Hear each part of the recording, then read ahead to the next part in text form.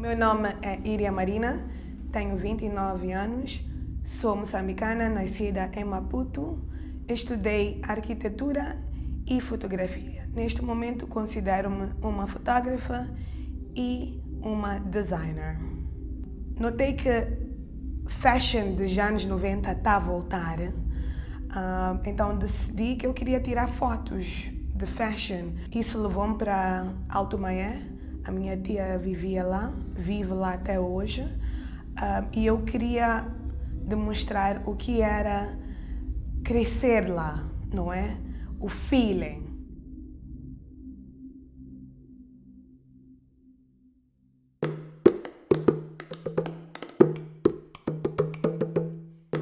É para ver que eu sou uma pessoa preparada, que eu me preparo A, I, O. Chamo-me Neide Senane. Edwin Margar. Ivan Paulo Goba. Chamo-me Hamilton de Chambela. Chamo-me Whitney. Meu nome é Miguel Adriano. Ian Peter. Mambrosi Roberto Cassiano. Silas, ou Silas Salomão Come. Hélio Majat, mas mais conhecido por Luxury Recycle. Yusuf Paul Gazela, a.k.a. YPG. Filipa Mondlane, ou Filipa Linnea Mondlane. Daniela Mondlane. Meu nome é Jessica Júlia de Silveira Jane.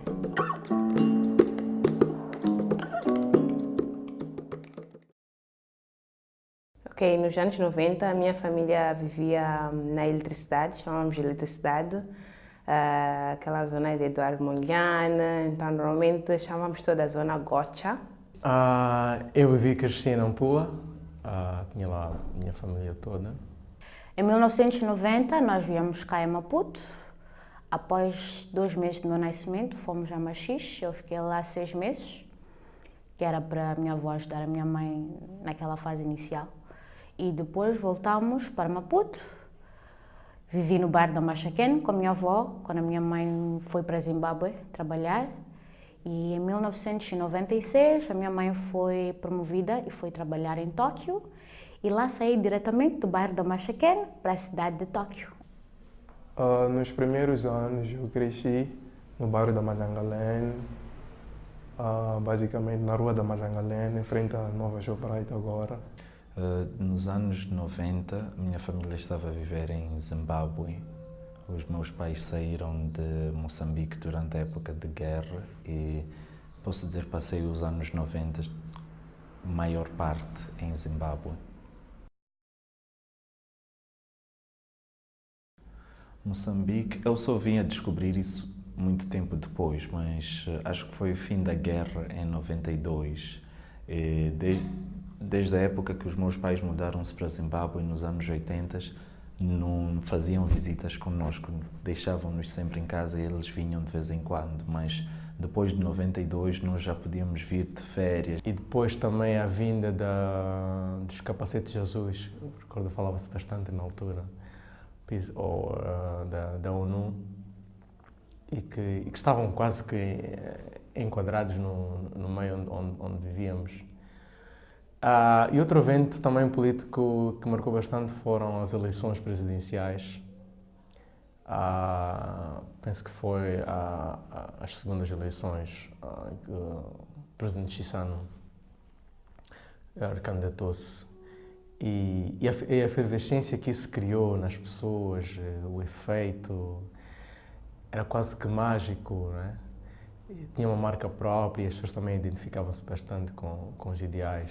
Na época de eleições, aquilo era uma coisa tipo, lá, por exemplo, naquelas zonas, era uma cena tipo muito special, que toda pessoa saía para ver aquelas pessoas, a sensibilizar as pessoas, a provocarem barulho. Era tipo uma festa, então eu lembro que é uma coisa que marcou muito, por sempre que aquilo acontecia, eu também estava na rua para ver aquilo, ficava tudo uau. A Copa do Mundo que aconteceu em Coreia e Japão, eu não tinha noção da grandeza do evento que eu estava a participar, mas para mim era isto, era um jogo de futebol. E quando voltei de férias, todo mundo, tu foste ao Mundial? Eu tipo, fui ao O Mandela ter saído da cadeia, né? Também por eu ser músico, a morte dos grandes artistas Big e Pac, Eazy-E, também foram eventos, acontecimentos muito marcantes. E depois, sim, aquela história de também que o mundo ia acabar, porque eu lembro que o horário japonês era adiantado. E lembro que todo mundo cá de Moçambique ficou a ligar para minha mãe, tipo, já morreram! Nós... Não aconteceu nada. E talvez vai começar em África. Por acaso, era o assunto do momento, que o mundo ia acabar nos anos 2000. Que o mundo haveria de acabar depois de 99, mas já, ainda estamos aqui. Lembro-me de viver na zona da minha avó e era um tempo que todos os mineiros que viviam na África do Sul compravam aparelhagens. E naquele tempo estava a bater, a escutar penny. Então ouvias ali nos fins de semana todo mundo a dançar no seu quintal, mas era a música do vizinho. Então tu tinhas que dançar de acordo com a música do vizinho. E lembro que também naquela época a música para mim era mais música da igreja, porque meus avós são da igreja, então conhecia a música na igreja. Molecada, claro, não há outra. Lembraria da Zaida, por acaso, Zaida Chongo. Acho que na altura era o que batia a mim. Eu escutava mais hip hop, Dili, B.I.G., escutava um pouco de Bow Wow. Muitos hits do Michael Jackson. Still Dre, Dr. Dre, Snoop Dogg. Funk, MC Hammer, Milli Vanilli. Can't touch this. Música Kuloya. Kuloya, mamar esteja o aço. Me puseste na garrafa e com as outras não consigo. Yeah. O primeiro álbum que eu peguei nas minhas mãos de música foi The Score, de Fugees. Músicas como Ready or Not. Billie Jean is not my lover. She's just a girl and she says I am the one. Oi, Marcelo! Eu acho que os anos 90 também têm esta característica de ser um ano muito virado para a televisão, em que o cinema estava a despertar e nos chegavam cada vez mais a produções, sobretudo ocidentais, não é? E com esse olhar também um pouco das guerras, e os filmes eram mais comuns, também porque era também um contexto. Por exemplo, o filme do Rambo, e vários filmes de Chuck Norris, das guerras do Vietnã, a Guerra Fria. Titanic, The Lion King, Sozinho em Casa, Home Alone. Filmes era Lion King, né? O rei da selva. Yeah. E era mais o que? Mermaid. Era muito Disney naquela altura. Rambo, Comando. Filmes de Kung Fu, filmes de luta, né? Aqueles filmes dos anos 90 que faziam-nos sair para a zona e fightar. Yeah. Eu não aguentava com esta. Acho que eu sempre fazia aquela de preparar-se, pôr a faca, sair com a gun e depois amarrar o bandana dele. Era um move que inspirava-nos, né? Nós, quando éramos crianças, fazíamos aquilo para tentar parecer-se com Rambo. Por aí, acho que Matrix foi o que mudou a minha visão de filmes. Comecei a gostar de filmes de ficção científica a partir do Matrix. Então... The Flintstones, The Jetsons, Two Stupid Dogs. Yeah. Rua Sésamo. Rua Sésamo, claro. Rua Sésamo foi o hit dos desenhos animados. O monstro das bolachas provocava confusão entre eles. Aquilo era muito nice. Ficava muito alegre na altura. Eu gostaria que as pessoas, principalmente, apoiassem a nossa cultura moçambicana, porque eu acho que nós somos capazes de deixar o nosso país orgulhoso com o que fazemos. Música, fashion. Estamos capacitados para isso. Do meu ponto de vista, a arte aqui em Moçambique poderia ser vista de uma melhor forma.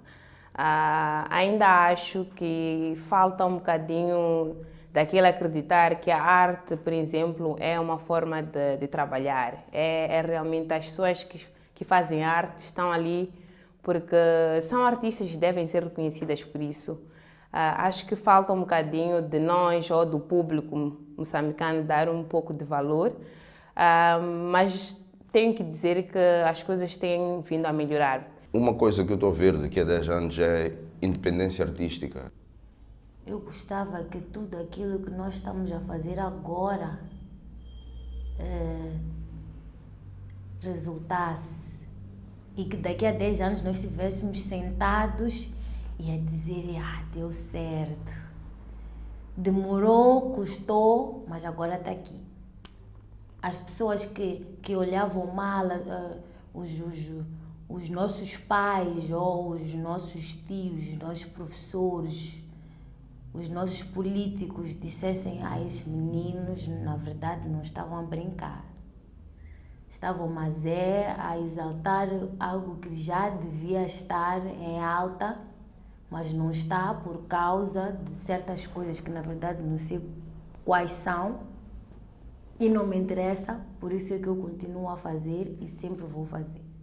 E sempre estarei ao lado de quem também acredita que vai dar certo.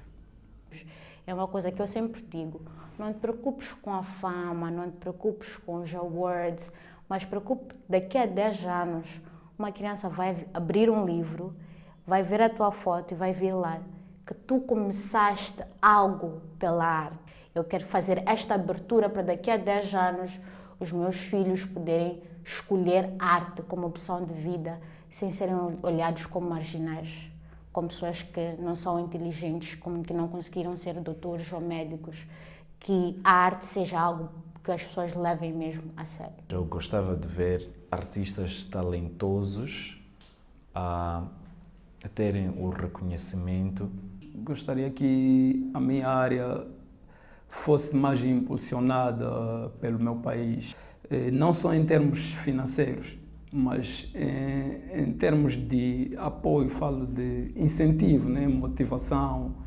Então gostaria que daqui a 10 anos isso não acontecesse, que fosse que a cultura estivesse ao nosso gosto, ao nosso sonho, né? Como nós sonhamos.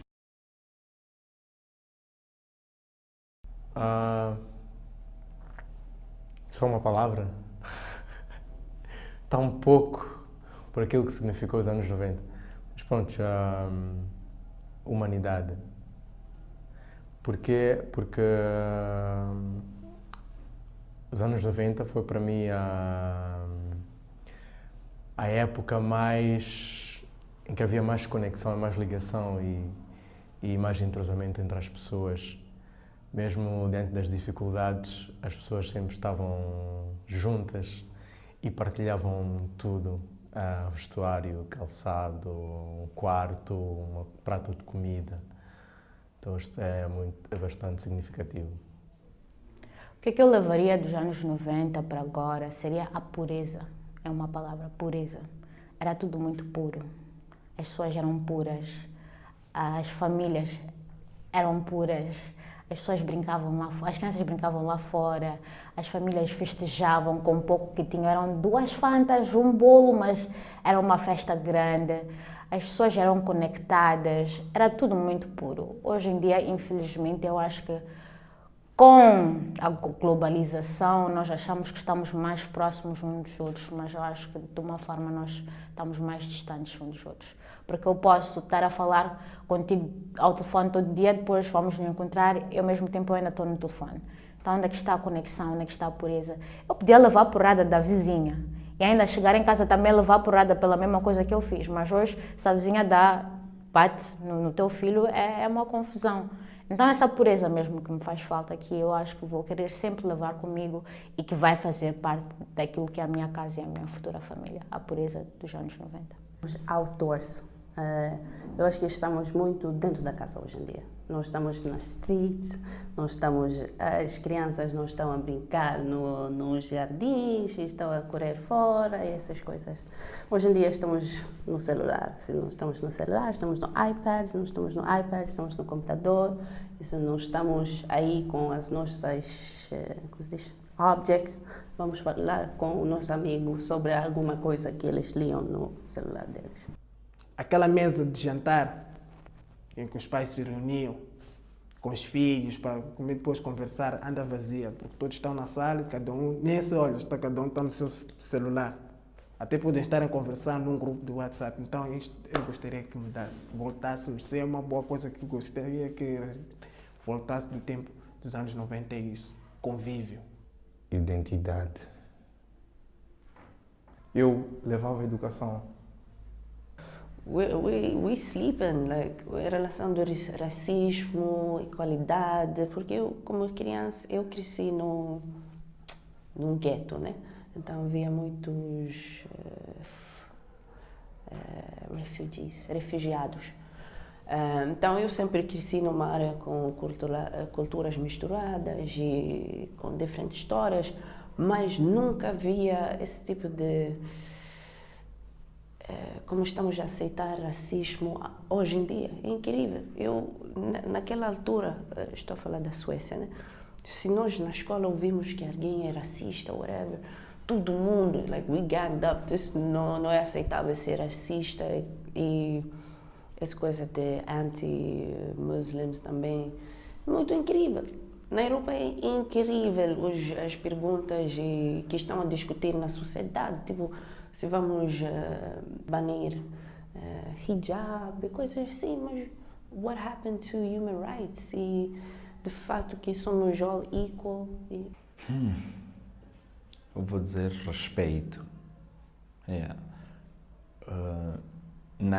Na época, posso dizer, quando eu estava nos anos 90, aparentava existir maior respeito por todos, não só pelas pessoas mais velhas, mas existia um respeito geral. Tu não andavas na rua começar uma luta ou insultar alguém, havia sempre alguém a olhar para ti, like a senhora que vende tomate podia te ver a fazer algo de errado e te levar para casa para os teus pais.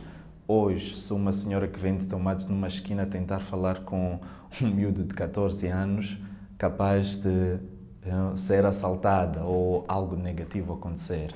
Então, acho que havia um respeito maior pelas pessoas e não um respeito acompanhado de medo, um respeito normal mesmo. Nós todos éramos seres humanos e éramos ensinados a respeitar o próximo. Nos anos 90 a gente não se importava com o que tu vestes, ninguém se importava com nada, né? Só importava-se com o que tu tens para trazer para nós, né? Se tu sabes jogar futebol, sabes jogar futebol, então vamos jogar, estás a ver? Não havia muito quem tu és, quem não sei o quê, e agora há muito isso, né? Há muitos bloqueios que nos anos 90 não haviam. Acho que era uma fase muito free e isso é notável pelas pessoas que eram mais velhas do que nós, né? Eu diria conexão. Conexão. No sentido de conexão entre pessoas, conexão de ideias.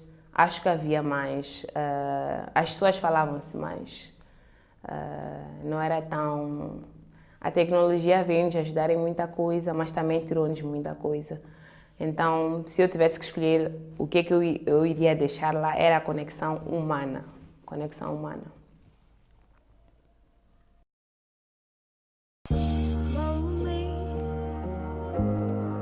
Not when you hold me. You're beautiful.